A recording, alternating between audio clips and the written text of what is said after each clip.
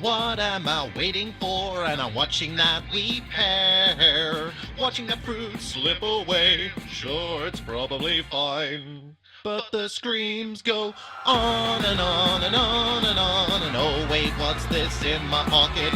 Is to be a cheeky little hand grenade. I throw it away, far away. Oh no, wait, that's too far away. Went straight over a garden fence, that's too far away.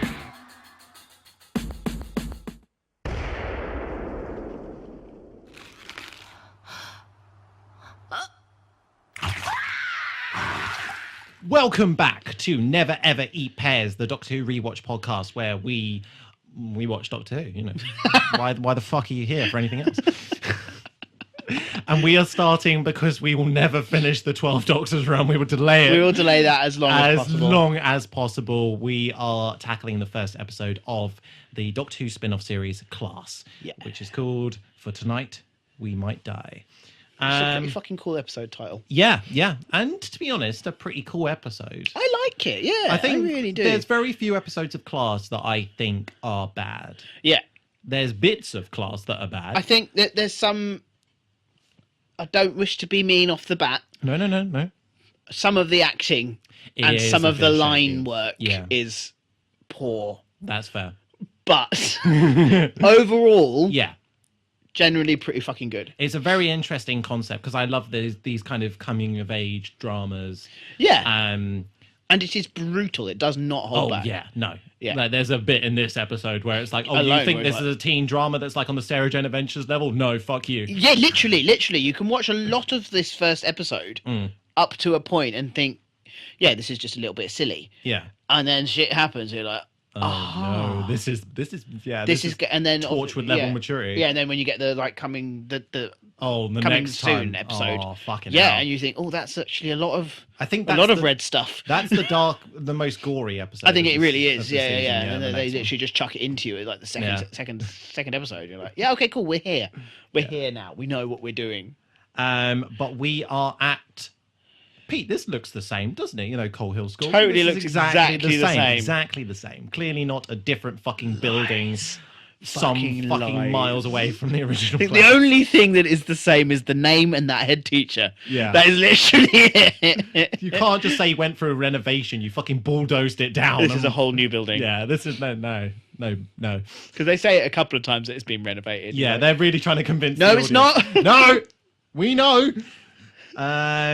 And we get a bit of a kind of jump scare, don't we? Because it's like a pan down a corridor and then a boy like running down. Yeah.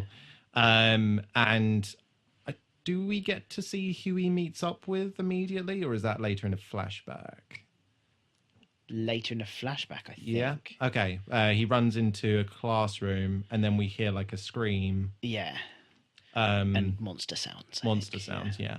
And then we get the crack kind of open and the smash cut to black cut back. And then we get the fade into, or the jump into the title sequence. What do you think about the title sequence? I know a lot of people who think this is a fucking ridiculous title sequence with the music and the song choice. I think it's all right. Yeah. Yeah, it's inoffensive. Yeah. To me, I think it's all right. I have no strong feelings for or against. In a way, like the way that they kind of spin the images around, it's very reminiscent of classic Who with the kind of kaleidoscope style intro, but obviously just refined and looking quite nice. Same kind of colours and stuff. Yeah. What do you think? Yeah, I don't think when I first watched Class, the title sequence was an issue. No, I don't. And I was just like, okay, this is the title. It's cool. I think even now it's not. It's definitely a change of pace for sure. Like this. Yeah. But I think perhaps had I not known and had I tuned into it without being able to see what it was, I wouldn't have associated this with Doctor Who. No. Probably not even until the reveal of a certain... Yeah, yes, but obviously knowing the name of Coal Hill. True, yeah. And seeing that teacher as well. Yeah. Like, okay, maybe. Fair. But yeah, I know what you mean. It could have been... Tonally, it's... any old... Yeah. Ooky spooky high school drama. Yeah. Yeah. This has got major... And I know we've talked about it before. Well, we'll talk about it in the future. Yes. recording episodes out of Out order. of sync does not work. But I've already forgotten the name of it, but the coastal teen drama thing on CBBC that I was talking about with the ghosts, the crusty ghost man. There are bits of the Shadowkin and stuff like that that really kind of remind me of that. Like the villain that we're constantly kind of alluded to, but doesn't really do anything until later the on. very fucking end. Yeah. But yes, so we get the opening, and then we get this wonderful. I think it's a single shot where we're just getting introduced to Pretty the much characters everybody. in the school. Yeah. I think I've got them. Yes, I've got them listed here. Okay, so cool, because I can barely remember their names. we've got Tanya, who I thought was just 1 year, but I've got down here as 2 years ahead. She's that smart that she's been. I think bumped she's up 2 years. Yeah. 2 years ahead. Really, really smart. We've got Charles, who is our main protagonist, I guess. Blondie boy. Yeah, Yeah. who we'll be kind of focusing on for the most. Ram, who is immediately depicted as being a right old cunt Right, old cunt. because he Absolute bumps twat. into Charles and knocks paper out of his hand. It's like pushing over a goat or whatever he says. Yeah. We've got April, our fairly non-offensive cliche white chick. Yes, 100%. We got Mateo, who the Polish background. Yeah, I was about to say Russian, but I think you're right, Polish. Yeah. Yeah. And I think that's all the kids. It is all the kids. Yes, Yeah. because we've also got a rather scary-looking teacher who we'll come to know as being called Quill. Yeah. Like when she first started, I was like, I'm sorry. What, Quill? Yeah. Really? Yeah. Okay. I thought, what is this pantomime villain? Oh no! You know what I got from Quill when I first saw her? Ventress vibes immediately from the Clone Wars, and I was like, I am here for this. Like this okay. kind of very calm, confident, but got a lot of malice behind her. Yeah. That's the kind of That's villain. fair. Yeah. So I was all here for it. And I think we've got an exchange with Quill and the headmaster who's saying like, oh, she's saying I'm not a babysitter, to which he's saying, well, you pretty much are, yeah. yeah, to which he then regrets immediately saying that. Yeah. From a sharp look from her. And then I think it cuts to her Her class. being taught. Where we've got all of our buddy buds Yeah. in one classroom. And it's very clear that she's not really teaching them anything. Nah. She's we've just shouting. got a bit of an exchange because I'm going to have to go back and forth. April likes Downton Abbey. Yes. Which it's very rightly pointed out that it is a white person drama. Yep. It's just white people being nice to each other. Yeah. Yeah. And a nice kind of just visual look exchange from Mateo and Charles. Yeah. Dialogue. Not much is No, really it's said at this just point. You just kind of hear a bit more of what's his face being a bit of a prick. Yeah. And then Charles is on his phone. Yeah. Gets that confiscated, doesn't he? He gets it taken away from him and then dropped. Oh yeah, that's onto the it. floor. And she's like, the first thing you'll learn, your teacher has awful butterfingers. Yeah, that's it. And then they were like, you can't do that. That's his private property. Yeah, and she's like, don't give a fuck. Everyone realizes, this teacher's going to be an absolute prick. Yeah, and she writes down something. We struggle to do the maths on Beryllium. Like, we ain't even tackling what this shit is. She gives him a maths equation, doesn't she? And she's like, solve it, and then sits down, gets her tablet out, and looks at cat pigeons. Yep, pretty much. She is done for the day.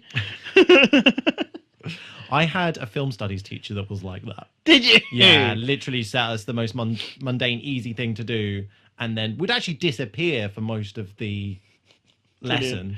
Oh my god. Which surely breaches some kind of teacher agreement. Oh, 100%. They're not not being in supposed to the leave fucking you. classroom. Even though we were just before sixth form, that's still not okay. Good. Nope. I seem to remember there was this brilliant lesson where, because it being a film studies room, he'd have posters from different films around, and I think this was either during the first release or second release, first film release or second film release of Transformers, and he had a 3D paper cutout of Bumblebee that was just like shoulder height to us.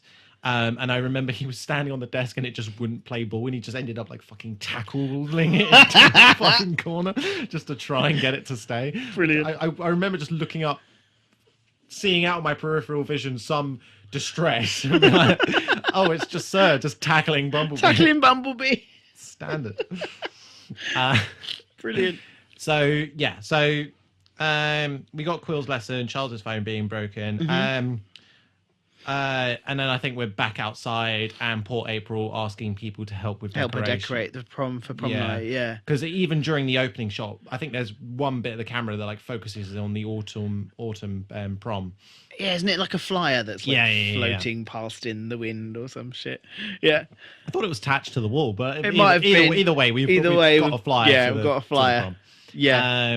And yeah, no one's biting. No one's helping. Yeah, she even like actively asks what's her face, doesn't she? What, Quill or No. Smart Girl? Yes. Tanya. Tanya. I was going to say Talia, but that's not correct. Tanya. Yeah, I think she actively asks Tanya. Yeah. It's like, will you please help me? And she's like, I can't. Yeah. My mum doesn't even want me to go. No. Yeah, so... And then doesn't she have a chat with Charles? And Charles is like, why are proms so important? She's also trying to ask him to the prom. She's super trying to ask him to the prom. Yeah.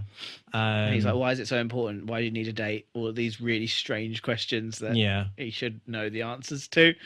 And then he fucking point blank goes, oh, you're supposed to ask somebody you like. Okay, I'll ask Mateo. To which she's like, there's that initial bit of sadness that she hasn't been chosen. And then she's like, oh, wait a minute. That makes so much sense. I was never going to be chosen. That's fair. Which is wonderful. I think, actually, to be fair, a really nice bit of... It was a nice bit of handling. It wasn't... Yeah, because you would. You would be completely like, oh, shit. Yeah. Fair enough. Yeah. Yeah. So... well, a healthy relationship person would be like that. Yeah. Yeah. A toxic person, not so much. Not but so yeah, much. she seems to be well-rounded. And we've got a football match with Ram. Yeah. And Ram's dad. I'm going to say, like, Ram's dad, absolute idol of this show. Absolutely. Whenever Ram's dad is on screen, just like, Ram's dad! I'm sure he will live to the end. But yeah, so Ram's about to score a goal. I don't know football. He's near the He's apparently very good. He's coming across he's a very good footballer. He's idolized and held in high rapport. He's the his jock. Coach. Yeah. He's the jock of the group, isn't he? But he sees something ooky spooky. He sees two oppositional players and a shadow jump from one to the other. Yeah, which is like, that ain't right, cunt. That ain't right, boy. And it fucks him up, doesn't it? Yeah, Like, someone comes along and takes the ball off them. To which the coach is just like, what the fuck are you doing? Dad's disappointed. Yeah. All round not great. Mm-hmm. And Ram's dad thinks it's because Ram's girlfriend is there. So he's like, it's clearly your girl. Clearly her distracting. And we've also got then Tanya walking home and she's talking to herself. Yeah. Bit rough on poor April, saying like, oh, the only friend you could have is this sad girl who needs your help. Like, yeah. That's a bit rough. It is mean. But kids are mean. Immediate karma because big old shadow on the wall. Big old shadow on the scary, scary wall. Good old chase. Yeah. Okay, so I clearly haven't got any notes until this. She runs to a corner shop that she clearly frequents quite a lot because the guy behind the counter says it's weird to see you out of your normal uniform. Yeah. She grabs, I don't know what, and then goes over to the counter. There's a bit of an exchange, and then we get a doddery old lady say possibly the best line in all of Doctor Who ever. I caught my husband fiddling with himself on the stairs. Literally. I was like, I'm sorry?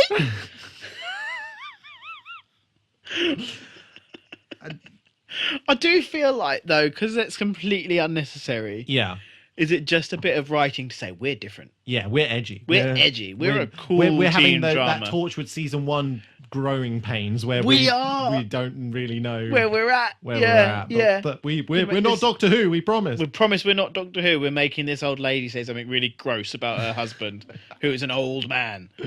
Yeah. So think about that. Horrendous. Awful. Fired. Whoever wrote that line. Fired. And then rehired because it was a great line. Yeah. In principle, but you fired. You watch yourself. We are watching you. You don't need to see the old man, but it's... Oh dear. Right, so... Madness. Yes. I I think I've misspelt this because I've got Quill trucking, which I don't think trucking the boy from. Oh, tricking the boy from the night before to fire the gun. Yes. This is because aren't we now at Quill's, and we have now realised that Charles and Quill are living together. Yeah. And when that happened, I was like, what? Because obviously it doesn't explain it straight away. I'm like, ooh, this is a secret. Yeah. At one point, I was like, oh my God, is this an affair? And then I realised very quickly it was not. No. And I was like, okay, they are just living together in some weird capacity of guardianship. Guardianship / imprisonment, because I think we're already alluded to that Quill doesn't want to be here, but she's held in some thing against her will to be there and to protect Charles. Yeah, and he's asking, he asks her about the kid, doesn't he? Yes, because he knows that a student's gone missing, and then he asks her, did you murder that student? Because there was a mark on the ground that looked like it was discharged from the gun. Yeah, because he knows what it's going to look like, doesn't he? Yeah. So, yeah. And we get that flashback of... Do we get to see what they were fighting? I think we do. Do we see it? I think we might. I think we do, yeah. Yeah. Big spooky. Big fires upon Pompeii style fire demon thing with two swords. Yeah. Yeah, so she gives him the gun. Whilst holding the gun, it like wraps its weird tendrils around his arm, and he fires it. Gets rid of the Shadowkin, but also eviscerates him. Yeah, does it backfire? Well, it gets the Shadowkin, but also fires backwards as well. Yeah. Because that's part of the trap for her, that she can't use her gun without it killing her. Yeah. So... Yeah, so she's essentially been responsible for the death. She hasn't... I mean, she has murdered him, but she didn't do it. You know what I mean? Yeah, she was aware of... She knew exactly she was between a rock and a hard place. Yeah, she knew what was going to happen. Obviously not... And she's not a nice person. At present, really, is she? Well... At present, our understanding of her our understanding is that she's not a nice person. Yeah. She's coming across as incredibly cold and very self... she's keeping herself alive. Self-preservating. Self-serving, self-preservating. Yeah. And she's coming across very hard as a dick. Yeah. Now, I know when we were talking about doing this series that you were very apprehensive of having any of the kids being our favourite daft cunt of the week. I'm going to, in case you don't have one, I'll throw little snippets your way. Little treats. First one is the headmaster being like to April, you lock up the school. What the fuck? I know! This horse. He even like double guesses himself for a second and was like, can I... Of course I can trust you with these keys. Of course I can. You're way too boring to do anything mental around the school. You aren't inviting kids in with The first time I was in a school unattended, me and a group of friends grabbed a trolley and rode it through the fucking corridors. That is... Come on! Brilliant. You do school I went properly. into the kitchen. Oh, nice. I was like, I need to find something. I couldn't find it. Did you find a load of krillitane? Like, found a load of barrels sizzling. Full of, a corpse just on the floor. No, to be honest, like my mum worked at a school. Oh, okay. So like I'd go in with her a lot over like summer holidays and stuff. But I still found it really fucking spooky. Yeah, because you feel like you're not meant to be there. Because you're not. But I was also like, everything just is so quiet. Because obviously a school is generally quite murmury, even if you're in classes and stuff. But I was like, oh, it's dead fucking quiet. And I didn't want to go up the stairs because, and I don't know if it's the same with your school, but my school, every school I went to pretty much had some sort of history of haunting or some shit. Oh, okay. Like, because you went to interesting schools, not the shit schools I went to. I went to a C of E primary school, and there was a talk of a ghost. Nice. Down the hallway, because it was, I don't know, some sort of chapel at some point. Ooh. There was a ghost down the hallway. Ooh. But the year three were down that, so the babies. And one of the year Send three... them for the ghost. Yeah, and one of the year three teachers that I had was fucking mental. Like, bizarre woman. Yeah. She stared too long into the time vortex. She did. She was weird. But like, crazy woman. There were about seven classroom hamsters, classroom chipmunk, classroom cockatiel, classroom stick insects, classroom fish. Zoo. Pretty much, yeah. Classroom fish. Fish. Were one people of which taking that home? we could all take a hamster home every weekend. But not the fish, surely. Not the fish. The I fish was stayed. going to say, surely the fish stayed. But the fish did kamikaze itself onto my desktop. Oh. Like, Computer, not water! No! But, like, she showed us really creepy, like, filmage for our age. Like, you know the film Legend with Tim Curry and Tom Cruise? Is that the zombie? The Big Demon. Oh, right, yeah. It's from the 80s. Oh, okay. Not suitable for year threes. No. She'd show us that. Cool. She'd show us, like, The Labyrinth, which, again, not necessarily suitable for year threes. The Labyrinth or Labyrinth? The Labyrinth. Oh, okay, so not Pan's Labyrinth. Or Labyrinth, is it Labyrinth, the fun one with... Yeah, that one, with David Bowie. Oh, okay. But not quite suitable for No, year three. it's still... And then this other thing, I don't know if you ever saw it, Jim Henson, the storyteller. Oh, okay, yeah. Some really creepy puppets in that as well. And she would show us all of this shit in the haunted area. Oh my God. So, yeah, we were all like hyperventilating by the end of the day. You ordered like a Deadpool of who was going to get through. Pretty much, yeah. three. Which kid is making it into year 3 or year 4? God. Which of us are making it? Which is staying behind in a body bag? Yeah, jeez. Yeah, I don't know where that tangent came from. Creepy schools. Creepy schools, yeah. And yeah, April? Yeah, April being left to lock up. To being locked up, yeah. I used to go Ridiculous. to a Warhammer club at my secondary school, which would be after hours. But I rather naughtily still went there after I'd finished at that school. Naughty. I know. Because the rest of the goers were all going to the sixth form. I was only in college, so Fair. I'd go. But yeah, it was weird walking into the school grounds knowing that you weren't, strictly speaking, meant to be there. Yeah. So April's left. Rapel.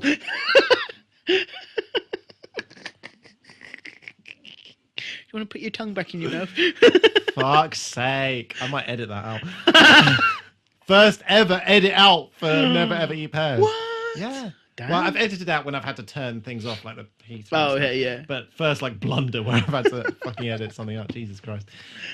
April is got her a long old banner out and she's painting away. Being sad. No one She's helped also me. monologuing to herself, isn't she? Because she's trying to find out like the definition of prom and things like that. And we've also got Tanya at home. She's on a video call to Ram, which we weren't expecting because we didn't have any kind of interaction with them at all. No. To which she's saying, "Oh, isn't this nice?" And he's like, "You fucking tell anyone, and you're fucking dead." Yeah, he's getting help with homework and stuff, Yeah. isn't he? Like the classic jock. Yeah. And smart kid vibes. Yeah, they're getting help, but they seem to genuinely like each other. Yeah, like there is genuinely there is chatting. a kind of rapport there, but clearly he doesn't want anyone to know about it. Again, very classic archetype, though. Yeah, isn't it? Like of that kind of story. I think I like these two together. Yeah, to be fair, I think me too. It's I'm nice. sad that it doesn't. Yeah, it goes the other way. Yeah, but whatever. So, isn't there like a kind of shadow on the wall? I think behind Tanya, and Ram's like, what the fuck was that? Yeah. To which is like, was it a shadow? Yeah. And they have that kind of exchange. And then there's something that properly fucking rises behind her. And then we get a cut back to April, who's painting, and I think there's like another shadow behind her. Vibe, yeah. And then fucking shadow hand comes down and stops her from being able to move. Yeah. Pretty much holds her down, doesn't it? And then we're cutting back, and this shadowkin creatures like come out of the wall or whatever. Yeah. And Tanya's got a lamp and she's flinging it around. And why hasn't her mum burst through the door? Well, she does later, but yeah, there's a horrific amount of time. There's a lot of screaming and horrible things that are happening up there. And I don't think the house is that big. There's no way the house is that big. This is just bad parenting. Yeah. But yeah, there's a bit of a battle. Yeah, and she's working out already that direct light kind of affects the shadowkin. Yeah. And I want to stick. I know it's cut back and forth, and I don't think I've really got a note to say what happens. Yeah, Tanya doesn't know her own address. I feel like this is weird. Oh, she doesn't. Yeah, because Ram's like, "Where the fuck do you live? I'll send help," and she's like, "Oh, it has a fucking 3 in it." I mean, to be fair, she is being attacked by a shadow. True, but maybe at this point her brain is just being used in other forms. But yes, I know what you mean. The way that she says it makes it sound like she didn't know Doesn't at know all. where she is.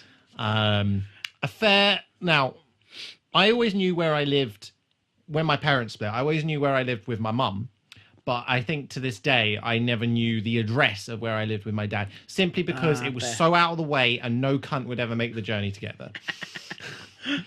So yeah, and I'd never get anything delivered there or anything like that. So there was no reason for me, and like any kind of like doctors or school stuff I was having sent home would always go to my mum. So there was no reason for me to know. But there's no reason why.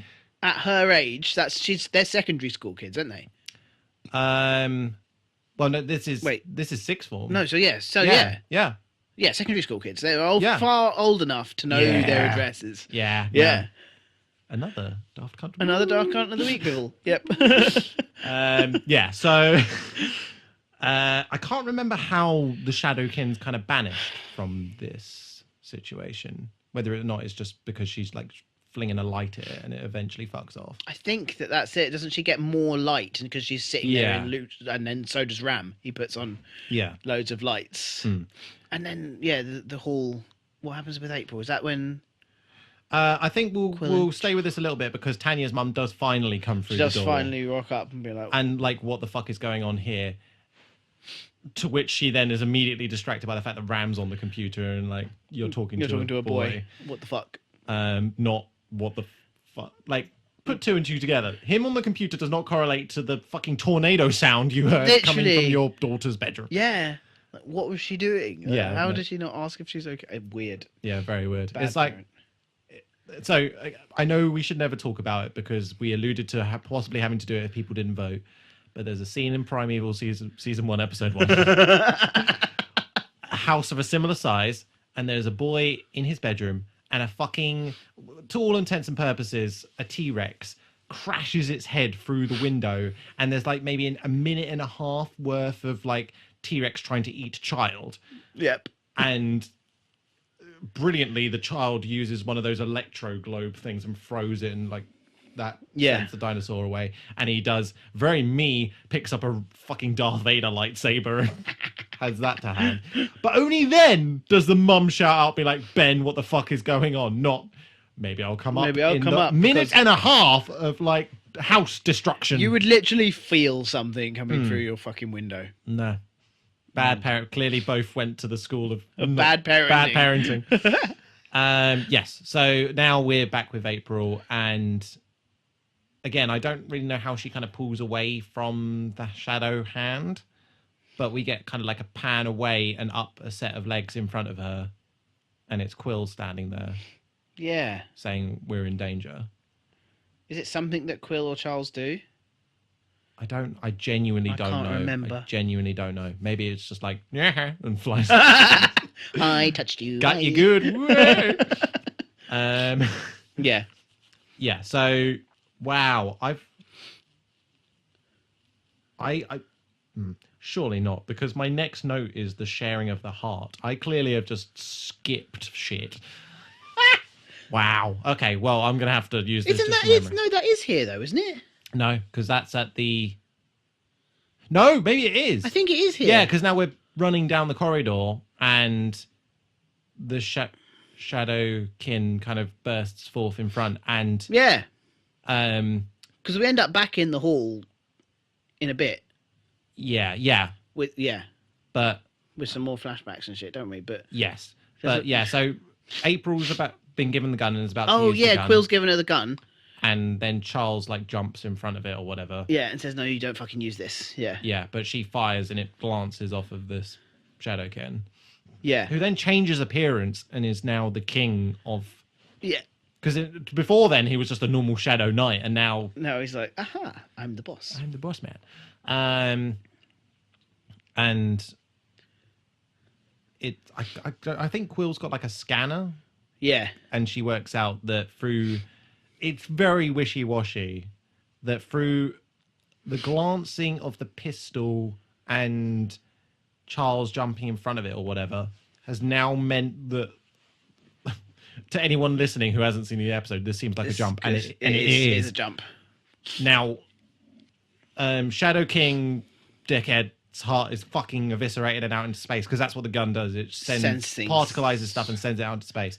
But now means that April's heart is now phasing between him and her. Yeah. Yeah. Because she was shooting the gun. Fuck knows. Yeah. It doesn't make any sense. No, but this is the reality that they're now living. Yeah. Yeah, so the Shadowkins, the king of the Shadowkins about to attack, and every single time he tries, he's like crouching over in pain, and so is April. Yeah. He realizes quite quickly, doesn't he, that he can't kill her without killing himself. Yeah. To which is like the classic villain. This is not. I'll be back. Goes through the rift, back through the asshole, and which is what I can't remember when it's talked about, but we'll tackle it now because it seems like the most stupid suggestion for someone who's supposedly so smart. That's Tanya's idea, to call it like the space butthole, or whatever. She is still a kid, and she's 2 years younger. I know, but. I know. I get what you mean. It seems like an odd shout. It feels like it should have been Ram's idea. Yeah, very much so.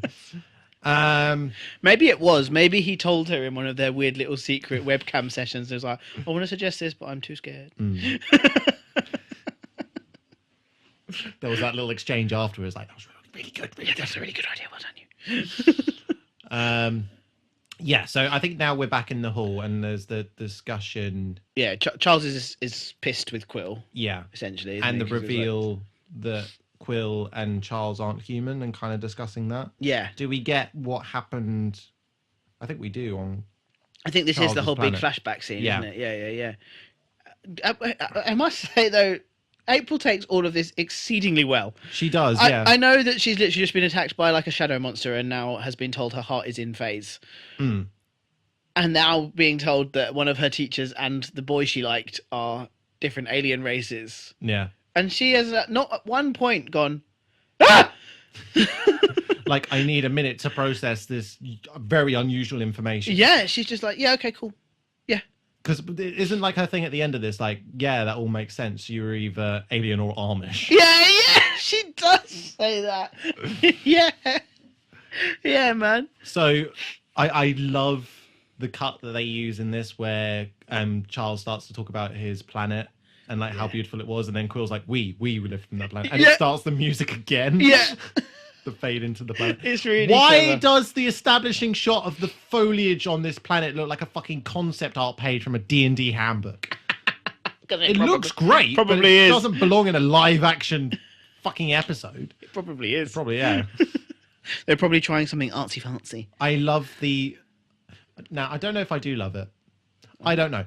I love and hate in equal measure the workaround and excuse that they use for why Quill and Charles don't look like aliens. Yeah, what do they say? She says something like, oh, I thought maybe you have to like use some kind of dampening filter or something to hide your real appearance. And then it just smash cuts to these like tree, like one's like a bird thing, one's like a porcupine-esque thing. Yeah. Just an excuse for them to not have to do the flashback with loads of people in makeup. Yeah. But why put them in weird school uniforms? I don't like the school uniforms. No. Weirdness. That is weird. Yeah. Even the Queen's in school uniform. Yeah. What the fuck? Like, if you're going to have these beings wear a particular garment, why make it a school uniform? And what? Because it's not like they transported April's mind visually for us to see, and she's standing there seeing everything else. So they did that in like a kind of kindness to make it more kind of we're essentially less jarring for her. Yeah, this is for us. This is for us. It could be any wearing fucking anything. It could be wearing like I would have accepted long black cloaks. Yeah, or more than I would have accepted the school uniform vibe. Yeah, so weird. It's a really weird vibe. I mean, you're not going to tell me that every single planet that has like a young populace, they all wear fucking school uniform and ties. No way. There's no way. But yeah, so we get the kind of dialogue that Charles is a prince, but now a prince without a people. Yeah. And that Quill was the leader of a resistance group, but in his eyes, terrorist faction. Yep. And the kind of back and forth that in her eyes, they lost resources and they were kind of squeezed and left to barely survive, but he seems to think they gave them enough of a chance to kind of find their feet. Again, it's really well written. Mm. It tells you both sides of the same story from different viewpoints, and it's really well done. I think. Yeah, makes a lot of sense. And I love the because of the infighting, they didn't realize that the Shadowkin had arrived, and it's shot really nicely, just with like the shadows coming up the wall, and then just the countless shadow shots of people being stabbed. Yeah. And why? Another one for you. All right. You're gonna have so many to choose from. Why did the Shadowkin blindfold the Queen, or did she blindfold herself before getting beheaded? What is going on there? I don't know. What? They've never had any qualms about stabbing people before. What's all this? Maybe special treatment because Queen? I don't know. I don't know. I mean, because even though they're bad guys, they have some weird honor system, don't they? So maybe she requested being blindfolded so she didn't get to watch herself being murdered. I don't know. Yeah, but we see later, and we see now that if they stab him through the chest, it's like pretty much immediate death. Yeah. All right. I do not know. Either way. Spicing it up. Yeah. Maybe they got bored stabbing people. I do love that when I think it's slightly earlier when April's asking what are these things, talking about the Shadowkin, Quill yells at her, "The Shadowkin, you ludicrous Care Bear." Yes. Because there's a constant disdain that April just has too much. She's too nice. She's too like one-dimensionally nice. There's just nothing else to her. So yeah. Oh, Quill and the Rhodia. Well, it's the Rhodia are the people that are indigenous to that planet, and the Quill are the terrorist group. But also that's the name that she's taken on. She's taken on her name Quill, hasn't she? Because she wants to be a representative of her people. Was that right? I think that was. I don't know if that's actually said, but I can't remember. But it makes sense, doesn't it? Yeah. Like, why would you give yourself the name of, I Your wouldn't walk resistance myself group, wandering around calling myself the Rebel Alliance, the human. And we get the dialogue that because of her involvement in that, now she is imprisoned in a way to have to watch over Charles because she has something called the Arn in her head. Yeah. Which is the same size as two of April's apparently unusually large human thumbs put together. And it's essentially forcing her to. Yeah, it's like, and it's brain parasite, isn't it? Yeah. And it's like, oh, if I kill anyone, I die. If I get anyone to kill for me, dead again, or whatever. And she's completely trapped. Yeah, in servitude.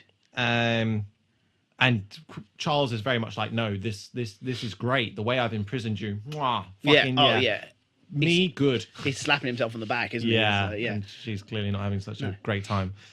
I've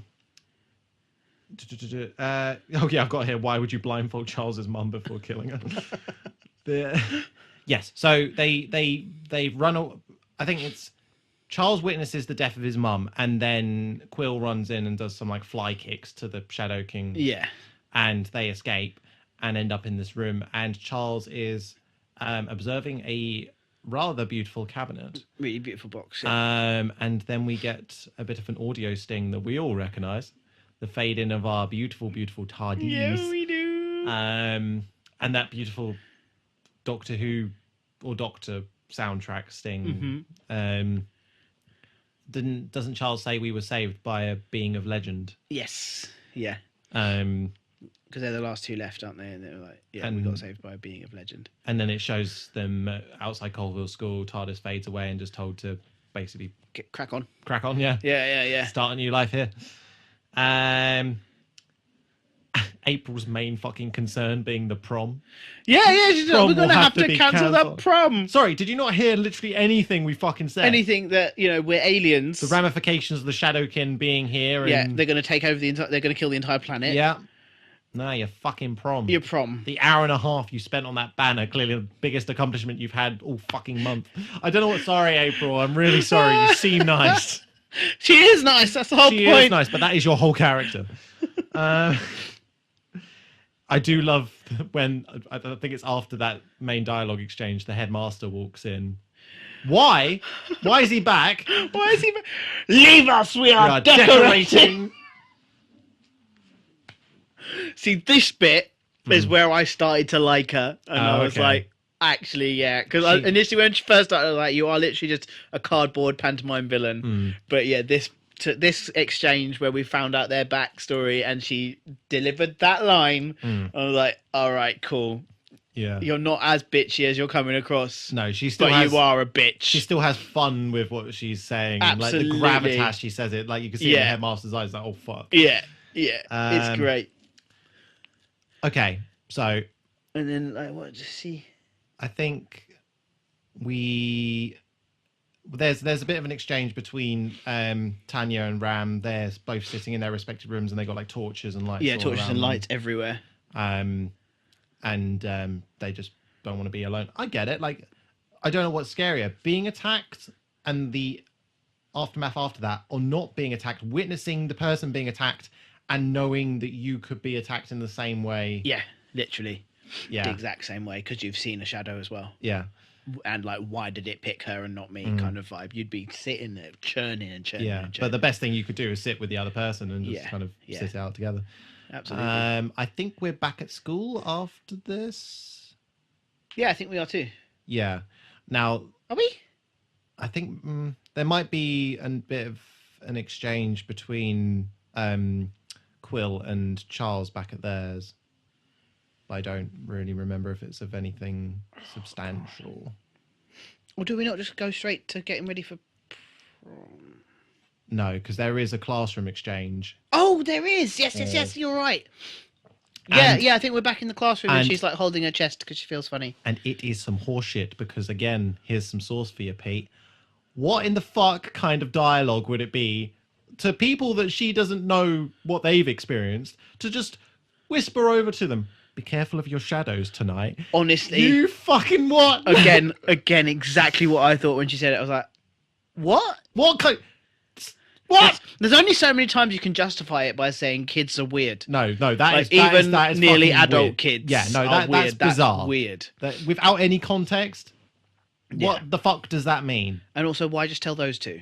I mean, and I suppose she was kind of just telling her friend. Well, who, you know, yeah, and people in close proximity to where she was also sitting. Gone, okay, yeah, no, let's not listen to her. But yeah, her and Ram to be like, what?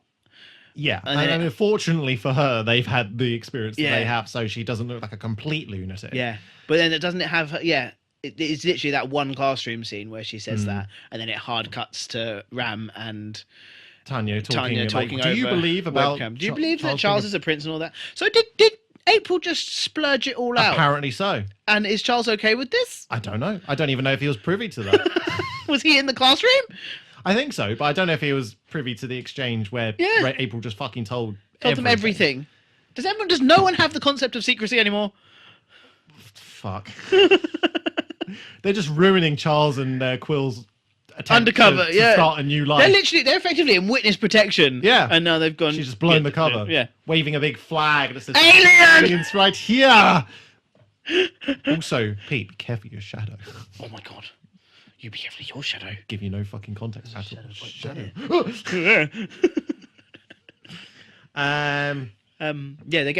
He's getting ready for prom, isn't he? And she's doing her homework. We get a shot of Charles turning up at Mateo's house, and there's yelling from inside, and clearly not a very pleasant environment. And we understand that Mateo unfortunately has some very religious families that aren't particularly chuffed with him going to prom with a boy. No. But we still get... clearly he doesn't care all that much because he gives a lovely kiss to Charles right on his front door. Yeah, full on snog.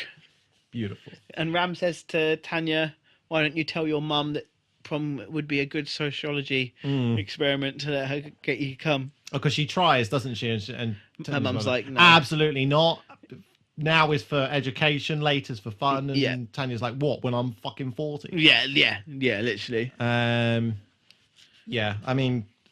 I don't think I had such a strict parenting, but there were points where it was very much like education is now. Yeah, you can have fun later. Yeah. So, and then we get April getting ready. Yes, and we get to see her mum for the first time. Reveal of mum. And I don't think we get the context as to what happened there. No, not yet. That comes later. Yeah. But we do get that beautiful exchange where, I mean, April's being quite defensive and saying like, oh, you know, people don't want people that's nice. That's yeah. She's really shitting on herself. Yeah. And her wonderful mum's just like, no, that's you're beautiful, and that's that. Yeah. And then she's like, I know you've had to do a lot for me. Because she's in a wheelchair. Yeah. And then she's like, but I am still your mum. Yeah. I'm telling you this. Yeah. Go and have a nice time. We get a bit of an exchange with Ram and Ram's dad! Where I can't remember what he uses this word in, but he uses literally quite a lot, and he's saying, don't use that word. It's a good word that young people squander. Yes, which is lovely. And again, there's that annoying bit of an exchange where Ram's dad's alluding to the tryouts, whatever Ram's going for with the football stuff is quite important, and you've got a lot that you're facing, and Ram's like, you have no idea what I'm facing, to which quite rightly Ram's dad's like, you fucking what? Yeah. Nothing. At least he actually, you'd get that kind of line in quite a few teen dramas where the teen will go, you don't have no idea what I'm facing, and the dad would just go, ugh. But at least this dad actually is like, well, what do you mean? What do you mean by that? Yeah. He is actively like, I can help you if you talk to me about it. But no, Ram shoots him right down. Yeah, really does. There's some kind of comment about Ram's date being in a car or something. I can't oh remember yeah, what doesn't he say like she sent a driver? Yeah. And he's like, Dad, it's a fucking Uber. It's a taxi, mate. She hasn't got a driver. No, we go to school in London, but we're not that rich. And now I think we're at prom. I think we are at prom now, aren't we? Yeah. So I do love that when I can't remember who comes in first, but the most kind of focused on bit is where Ram turns up with his partner. Yeah. And everyone's eyes are turned. Like, even Mateo's eyes. Yeah. To which Charles is like, I'm dressed nicely. I'm dressed nicely too. Mateo, like, Ram's just wearing a blazer and a shirt. But they frame it like he's walked in like Robbie Downey Jr. Yeah, literally, it's fucking brilliant. It's absolutely brilliant. That's how you do prom, which I think is a line that's thrown out. Yeah. And then it's just a lot of kind of like shots of everyone looking a bit concerned and like shadows up the wall and things like that, and music playing and whatnot. And she's made some wonderful signs. She has, yeah. You might die tonight, so don't be stupid. If you're reading this sign, you've failed. That feels like what the 12th Doctor would write. They're exactly 12th Doctor signs. Yeah. They're perfect. I'm surprised he didn't say anything about it. And we do get Charles saying the episode. Yeah. When. Like, because actually Mateo, like, it's quite blunt the way he says it. Like, oh, you don't have a date? Yeah. And then it's like straight away follows up with, come and dance with us. Yeah. Which I think is really sweet. Really sweet. So yeah, she's dancing with the Charles and Mateo. Yeah. Yeah. And Quill and head teacher are wandering around making sure people aren't dancing too close. Oh, but especially Quill. Especially Quill. She's like, get away from each other. Is this all you people think about? Clearly, there's no horniness on that planet. Apparently not. From, no. Feel like it's done for that. Procreation. That creation done. That's it. Done. Nothing else. Although, I mean, again, not to dive into it too much, but there are spiky people. That can't be a fun. That can't be fun. Right. So. And we get Tanya rocks up, doesn't she? Yeah. Yeah, Tanya rocks up and looks mildly disappointed that Ram's with girlfriend. Yeah. But we don't linger on it very much, do we? It's No. just like a mild disappointment and done. And I think is it? I don't know if it's weird. It feels weird. I'm going to say it, and we can deduce if it's weird. We get. I can't remember if she ever gets named. I feel really bad calling her Ram's girlfriend. I don't know if she does get a name. No, I think it's yelled out when a certain thing happens a bit later. But does he, or does it just yell no? I don't know. Ram's girlfriend, who I'm sure is lovely and has a personality and a character individual, other than just being his girlfriend. Yeah. Says that she needs to go to the loo, to which then Ram says, "I'll go with you." Huh? Yeah. That's weird. That's weird. Feels weird. Yeah, it's just teenagers being horny, isn't it? Yeah. I think it genuinely is. Okay, cool. Well, that It's either that or he's still worried about shadow people. Because there's a bit of an exchange prior to that when he's looking around and she's wondering what's going on. Like, are you okay? And he's like, I'm just nervous. Yeah, she doesn't seem like the most supportive girlfriend. I know we don't get to spend much time with her, but clearly the only thing that she appreciates of him is being like this cool jock that can't have any human emotions outside. No, but she says, doesn't she? She says, the reason I like you is because you come across as this sports guy, but I know you're not. Okay. I know that there's more beneath that exterior. And then she's like, but now please let me go to the loo. I will pee myself. Yeah. Okay. Yeah, but I know what you mean. Like, you know, he's clearly nervous and she's just focusing on prom night being good. Yeah. Yeah. And so they've gone off, and then April has a fit. Yeah. And only the main cast seem to give a fuck. Everyone else is just still partying. Yeah. I feel like that would be a buzzkill moment for any party. If someone has a fit, I'm not going to keep on dancing. Like, no. That seems like an arsehole thing to do. Absolute arsehole thing to do. We forgot a little thing. Yes, do tell me. When they were in the hall talking, April, Quill and Charles, we found out that April can kind of see them. Well, the shadow. Oh, yeah, we get like a... she gets those awful red eyes. Well, that, and also the absolutely catastrophic animation of what looks like Bowser's fucking castle. Yeah, literally, I was like, where the fuck are we right now? Yeah. It's that establishing shot that's just used so often throughout this series that I fucking hate, where it just like goes across the landscape and up the king. Oh, it's so shit. Yeah. But we'd forgotten that, but then that's what this fit is essentially her able to see what he sees and feel his thoughts. Yeah. And that they're coming. Yeah. And they want to know where the prince is. My next note is so fucking brutal. So I might just have to read it verbatim. Just read it. Ram's girl gets game ended in a way that sets the tone for the rest of the series. Literally. Where again, this is the bit like what I was saying before.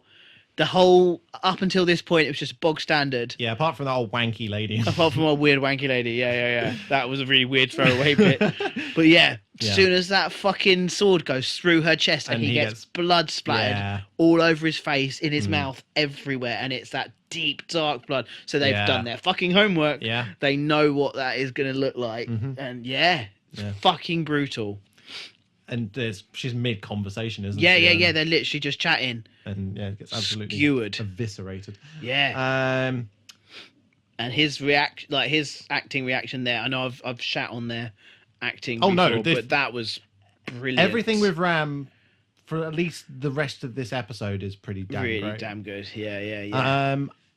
Now I've got another one for you. All right, go for it. When some of the rest of the cast wander into the corridor and see the Shadowkin army advancing, why?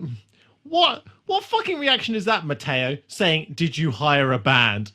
Come on now. It's because he's the dumb pretty boy. But they're shedding smoke.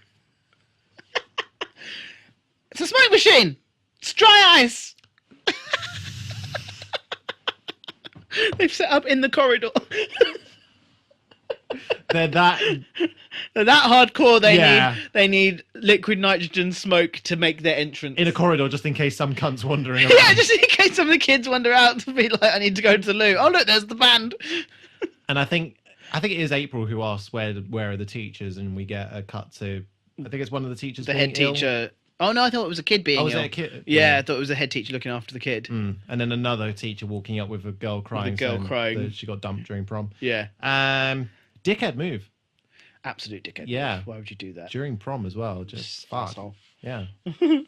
But again, awful teaching because you wouldn't leave that hall. No. You need at least one member of staff. Unless they assume Quill's there, don't they? So Quill is technically there, so I take it back. Okay. I take it back. Fair.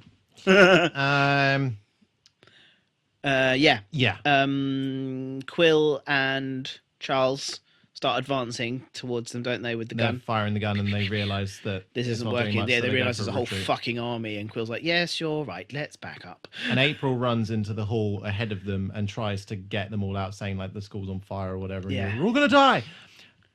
Now I got another one for you. Another one. It is April again, and it's because of a line delivery that she does. No one listens to kind, do they? It's not that. They're not that one. It's not that. Ooh, okay, which one do you mean? It's where, for whatever reason, it feels like April vibes out with the slaughter that's about to happen, because I think someone chirps up and says, "Oh, like what are we in danger from?" And then she replies, "In danger from the smoke." Yeah, that's when they come in, isn't Yeah. it? That's when they burst their way in. It feels like she's vibing out with the slaughter. The smoke. The smoke. Whoa, decades. Yeah. I don't. It just felt. It was felt odd. off. That whole segment though, where she grabs the mic and it's like, "No one listens to kind," and Yeah. then leads into that. That was poor writing. Yeah. That was really bad. No one says that. No. You would literally just get on the microphone and like, "Get the fuck out of the hall. This is done. We are over." And then one of the kids like, "Yeah, put the music back on." Now, there is a scene in Alien, the series, Oh. where something very similar happens, and it is so satisfying to watch those people get fucked up when they're told explicitly that danger's happening and they walk away from it. Fucking mwah. Is it good? Very good. Ooh. Very, very good. Right. As far as I'm aware, though, everyone gets out. Yeah. I don't think they do any murder. No, they just except for Ram's girlfriend. Yeah, Ram's girlfriend gone. But Yeah, I don't think they do any more. no, I don't think so. No, they just stoically walk into the room and then. Oh, have we missed a big bit? Ooh, have we? Yeah, We've missed a big bit. Yes, because So Ram's obviously fucking fuming. yeah, And the smoky guy's going, "Where's the prince?" Yeah. Rah! And he goes, "I'm I the am prince." Yeah, and tries to like proper beat his ass. He's kicking him and smacking him and beating him, and then Yeah. he kicks him for the final time because boy oh boy, he gets that leg cut off. Well, I think doesn't he get knocked down and then the sword comes down? I thought it's sliced up and he fell. I think he gets like injured, so he falls, and then the blade comes down. fair again dues. Yeah, okay. Because it is a stationary shot, isn't it, where he's on the floor. Oh, the leg yeah. It And hasn't you come away, but then he moves it slightly. Yes, and you see yeah. the detachment. You literally see his face as it happens. Yeah. And then it pans to his leg and he pulls this very cleanly cut leg away. Yeah. That is not jettisoning blood at this point. I figure they really realised where their line was. They couldn't have like actual jettisoning of the blood as it would do. Unless, it's cauterised the wound as it's gone they through might because it's do. fire. Clearly didn't do that to Ram's girlfriend's chest cavity, but Either way, leg off. Yes. Which I was like, oh, fuck. Yeah. Okay, they ain't playing. no. You've literally just made it one of your obviously main casts, because obviously, first time watching this, you Yeah. obviously made one of your main casts an amputee, Yeah. which is One that arguably relies on their legs on more their leg. than Yeah, literally. anyone Oh else. shit, his football career's gone. Yeah. Yeah. I will now. This doesn't paint me in a particularly good light, but when I first watched this series, I hated football so much that anything that focused on football, I just had no time for. Fair enough. So all of like what follows on and like him trying to come to terms with that and get better and stuff, I just wasn't there for that. Fair enough. Now that I actually understand and appreciate stuff a bit more, I can like get behind it. But I don't like football, but like I can appreciate that it was important to him. yeah, and anyone losing a leg, That's terrifying. That's a lot. Yeah. But yeah. Yeah. So Leggy off. yes. Bye bye leggy. He is legless. And we also get the destruction of Quill's gun as well. Oh yes, that gets stamped on. Yeah. I can't remember how it gets like tossed aside or whatever, but it does end up on the floor and get stamped on. Oh, 'cause isn't Charles holding him at gunpoint? And then April tries to be brave, and he kind of semi-drops it. Because April comes up with like half a chair and That's in a threatens- bit, isn't it? Oh, okay. That we have to have a reveal before we get to that point. But I think there's a bit where he's about to kill him, Yeah. and April is being brave and knocks into something. Yeah, essentially Charles drops the gun, and it gets stamped on. And Quill says, "Oh, there's nothing else to do now other than to die well." Die well. And then, This hasn't. This is before 10, isn't it? Before series 10. Because there's an episode with Capaldi, Oxygen. Yeah. And he has this whole thing about dying well at the end of Oxygen. Yeah, but this has to be after the Clara stuff because the But I like when I was rewatching this episode, I was like, I can't remember if this has happened before or after Bill, because it's a very specific time to die well, and he goes, "You can't die well." Well, it has to happen. It may happen in between that series, but it certainly can't happen after Bill. No. That's what I mean. Like it's interesting that this line of dying well is in Class, and then a series later with Bill, he has a whole shtick about dying well. Yeah, I reckon it's before Bill, because also Nardole wouldn't have allowed no the TARDIS to fly. Yeah. So I reckon I just like that they've recycled his "you can't die well" at this point to then in a bit. Yeah, I like. But yeah, she says and she's going up fisticuffs against Flaming Armor Boy. And you're like, oh shit, cool. And then we hear a wonderful Scottish accent. And of course it is the 12th Doctor walks in. With a wonderful Doctor's theme. Immediately escalating the goodness of the episode tenfold. Yeah, the music starts and it's great. And we get that we obviously knew that Quill and Charles knew him, but we get the acknowledgement because there was a bit earlier in the episode where Quill's walking down the corridor on a phone call saying, "We need help. We need help." Yeah. Obviously called him. Yeah. And she goes, "You?" And he goes, "You." It's great. Isn't this where we get the bit with April in the chair? I think he spiels a little bit for a bit. Yeah. But yeah. He essentially says... Bit inelegant for the Shadowkin, the way that they're doing their... Yeah. Basically shits on the Shadowkin for a little bit. And it's like, whatever. And then April realises nothing's going to... Everybody's in danger. They're going to kill the whole planet. Yeah. And then, she somehow manages to break the fucking I don't know. metal Those chair. chairs are fucking indestructible. Literally. Like, the amount of chairs of those I have seen thrown by temper tantruming kids. Yeah, and they with don't... fucking force, and they don't break. No. I can understand the plastic shattering, but not the metal. Not the metal. That's taken Unless some that's doing. a chair that's been rocked back on one too many times and it's actually nearly broken. Sure. It doesn't look rusty. No. Yeah. No. Essentially, chair leg, though. Yeah. She goes and stands in front of Charles. Threatening to stab herself through the to heart. do a stabby stab. Yeah. Which is, for what, a 17-year-old? 16, 17? That's a lot. That's a lot. Yeah. And that would take a lot of force because that's not sharp. Yeah. That's not going through I'm ready easily. to seppuku myself. To which the Doctor's like, well, what the fuck is this? And gets out his beautiful Sonic and... Whirring. Yep. And it's like, oh, shit.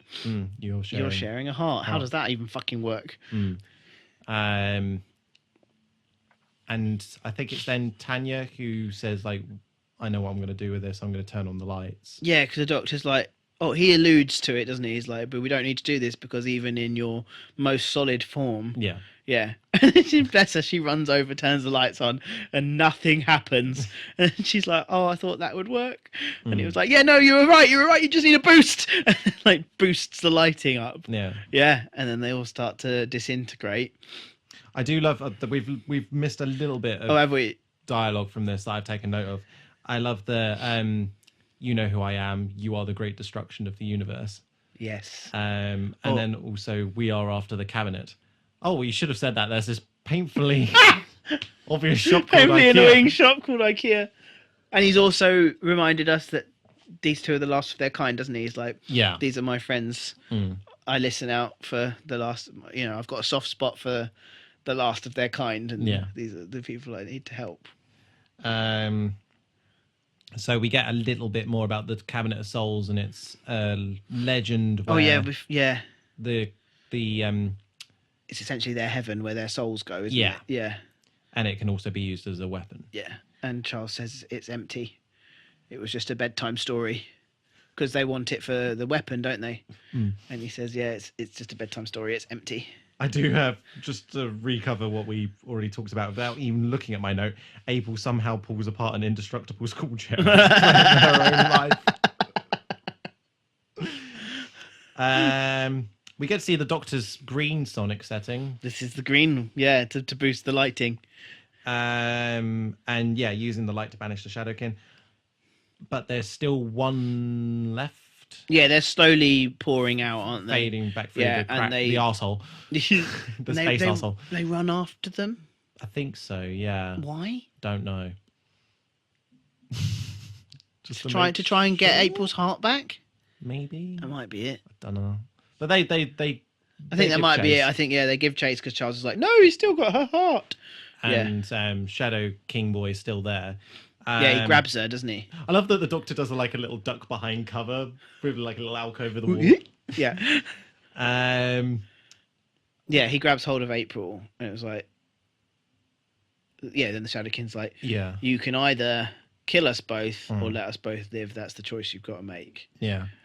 And then Hoppity Boy jumps out with yet another indestructible chair. Fucking bunts him in the face. Yeah. It's like, and again, I love what he's doing, but the line is fucking poor. Do you remember what it is? Because I don't. Who says you're the one that? Who says you're the only one that gets to make decisions? Yeah, that's shit. Awful line. Yeah. He could have said, "That's for my girlfriend," but he said, "Take a seat." You're the only one to take a seat.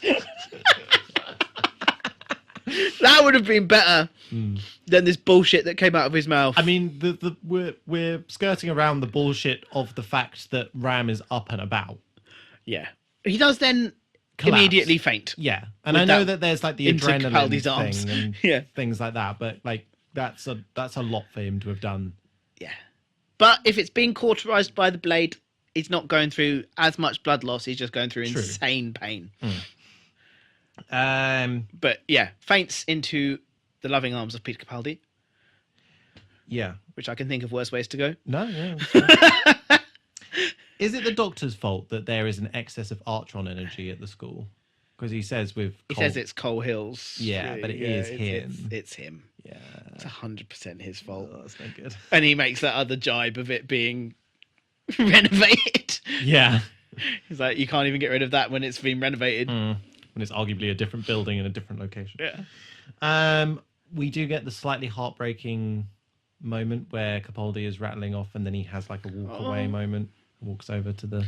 Sees Pink and Oswald on the thing, yeah. Yeah, he's chatting about shit, isn't he? Because obviously he's still not got his memory of that. He doesn't! No. Oh, shit! Because he doesn't immediately clock, but clearly something's drawing him to it. Oh, yeah. God, yes. No, I'd forgotten. Yeah. Oh. We found out that he's gonna Ram's gonna be okay. I just couldn't think. Yeah, Ram walks out, and apparently the Doctor has an excess of prosthetic legs, not for himself, but from a race of centipedes that are apparently quite privy of making prosthetic human limbs. Maybe maybe they just make all of them. Yeah, but centipedes with human limbs. Centipedes seem like the one species that would never bother making prosthetic limbs. Yeah, if you can imagine, they've just lost one. Oh, it's okay, I've got another 99. Fuck it. I don't know if that's a joke that they make the one species that wouldn't need it. I hope so. The one species that do it the most. But yeah, so he's got that. Yeah. I love the VFX that they do on the leg, where you can see like all the inner all the gyros inside. That's really cool. It's really nice. And obviously Ram is horrified by this. Yeah, he's like, I'm sorry, what the fuck? Yeah. And he's just caught up with the whole time, and he's just come out of the TARDIS, so he's out all he's of already that. like, and then someone says about the rift, and he's like, I'm sorry, what? They're like, don't worry, we'll catch it. And then it's like Sunnydale or Once Upon a Time or The Vampire Diaries. Yeah, and the Doctor has that moment where he's like, what the fuck is all this shit? Yep. The world is doomed. So I watched a reviewer go through all of Class today, and it is true that this is clearly just Capaldi being like, I've set you guys up, but I just don't have the time or the fucking energy to deal with this. Yeah. It's like, I put the team together, now you go.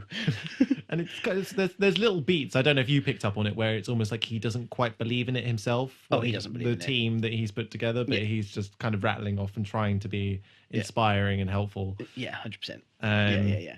And Quill's desperate to go. She was like, no, wait, hold on. I thought you were taking us away.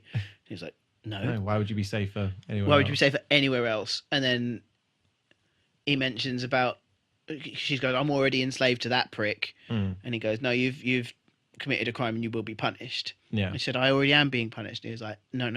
And pulls out the missing kid picture. Yeah. And she doesn't really, she just kind of goes, oh. Yeah. And it's that murder I did. Yeah, I think it's really clever. I think it's good. I liked that bit. So I'm like, he knows full well what you've done. And he's already said he's not everywhere. Yeah, but he clearly is aware enough to know that you've done that and you need to be punished for it. We get a jab at students like me, and I don't appreciate it, where the doctor's saying it's not going to be any more difficult than all these exams you got to take these days. Goes into the Tardis, shuts the door, pops his head back out and says, except for media studies, it's going to be harder than that. Fuck you. I clocked that too and I was like, oops. Also, yes, but fuck you. Three periods of media studies on a Thursday. Last 3 periods. Bliss. Beautiful. Absolute bliss. So good. We did get a nice other little bit with Quill and Doctor. Because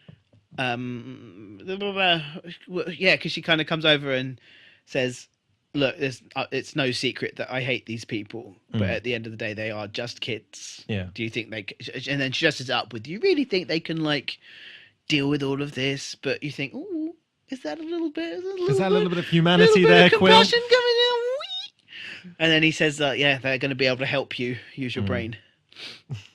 Best weapon there is. Yeah. Yeah, so...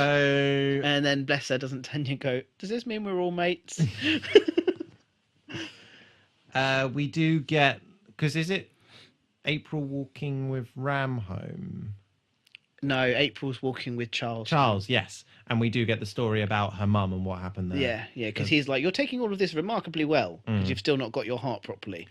Even with the story, she is still taking it remarkably well. Yeah, because he's like, you're living on a knife edge, and she's like, your whole life is a knife edge. My mum should have died in this car accident. She's been paralysed. She's adjusted. I'll adjust. It's really good. It's a lovely way of putting it. Yeah. And we get another shot we get Ram coming home and climbing up the stairs, and his face is like, this is fucking hard. This is going to be fucking hard. We do also get Ram on a video call with Tanya as well, and he just looks absolutely shell-shocked. He's just crying. It's just running down his face. And he's like, I'm really sorry. I don't mean to. And she's like, it's okay. I don't want to be alone either. And they just sit there in silence with each other on each other's screens. This is why you built the foundation and then you fucked it. Yeah. In the series. Literally, it's perfect. It's such a nice... It's lovely. And then they ruined it. And we get Quill and Charles talking about talking about genocide and their thoughts on that. Yeah, and why aren't you angry? And he's like, how do you fucking know I'm not angry? Just deal with it differently. And the reveal, I think this is where we get the reveal from Charles that it's not empty. Well, no, he says it's empty. He says it's empty to the king. Oh, okay. But he tells Quill, I wish it was as empty as much as you do. Yeah, but it's not. We get another flashback to prior to the TARDIS turning up on Rhodia. Yeah. Where you just see one little spark, and then, what's the line that he says? Have you ever considered the feeling of dread or something like that? And the beautiful pan away. Just that pan away is beautiful. How many souls there are in that cabinet? Yeah. Yeah. And that's it. That's the fade to black. That is the fade to black, and the next time. And the next time credits. So. It is time for us to adorn our folk gear and pick up our sticks and play old jaunty tunes in the high street, because we are going into our favourite segment of the week, which is our daft cunt of the week. What do they think then? that do? Your ham-fisted bun vendor. He's an unimaginative plodder. Apart from losing the master and the missile, you're doing very well, Brigadier. By helping you devise a less idiotic plan of attack of all the idiotic suggestions. You're an idiot. You will bring a terrible retribution upon yourselves if you persist. Shut up, you silly old fool. You would dare to harm the great wizard Queequeg-Quad? Charming. Yeah, they're round the twist, if you ask me. Pete. All of the With fuckers. the plethora of ones that are there, which one do you think you might choose? Or do you have an additional one? The head teacher. Yeah? Is it for the reasons we discussed, or? I think it's for a multitude of reasons. Yes, those reasons. And also he was a very shit head teacher in Series 9 as well, wasn't he? He was a bit shit. Fair. Okay. I think it's got to be him just for his complete inadequacy. I think, and I know we're apprehensive of saying the kids at any point, but mine is going to be April, just because of some of the line deliveries, like the "be careful of your shadows" and the smoke. She was dealing with some bad lines. Yeah, but I agree. To be fair, this week all of those kids took turns at being the daft cunt. Apart from Charles, maybe not. Yeah, Charles maybe not. I was going to say Mateo not, but then he did have that band line. He had that band line. Tanya, did Tanya do anything particularly daft? She was a bit rough about April, but she didn't do anything particularly daft. No, I suppose she was pretty clever. Yeah. So, an interesting question, and I think we'll revisit it when we get to the end of the series, but do you have, outside of Quill, do you have any favourites amongst the students? I do quite like them all, to be honest. Because a lot of people say that their least favourite dynamics is, and it's not because of the relationship or anything, it's just because the writing is Mateo and Charles. I think it's weaker. Yeah, it's definitely weaker. Yeah. Yeah. I don't know if they were just like trying too hard to make it a thing. Do you know what I mean? Maybe. There's an during the Meteor episode, there's some interesting stuff that explored in that. Yeah. But yeah, I think for me, probably it would be Tanya. Probably is the favorite. She is really good. Yeah, she's really, really good. Just thinking about the series overall, but we'll get to that. We will get there. We will get because we will drag out the 12th Doctor's regeneration. We're going to keep on going until they make another spin-off series in between. Oh, sorry guys, we've got to go back. We haven't tackled all the big finishes yet. Annoyingly, Capaldi's not done. No. I don't think he's done any. No, there are stories out there, but they've got other actors and stuff to do it. Yeah, sad. But thank you so much for joining us. Yeah, we didn't do the thing. We have a Twitter. Fuck's sake! I should have done. Where would we have dropped that? I would have been like, so Ram's in the corridor with his girlfriend, and they're having a bit of a heart-to-heart, and just before the conversation finishes, a Twitter account comes imploding through her chest cavity. But yes, we have a Twitter account where the whole episode back catalogue is up there. And there is a poll for what we will do after the 12th Doctor regenerates. And there's stuff about the audio drama and Big Finish and just fun Docky Who stuff that's up there. Yeah.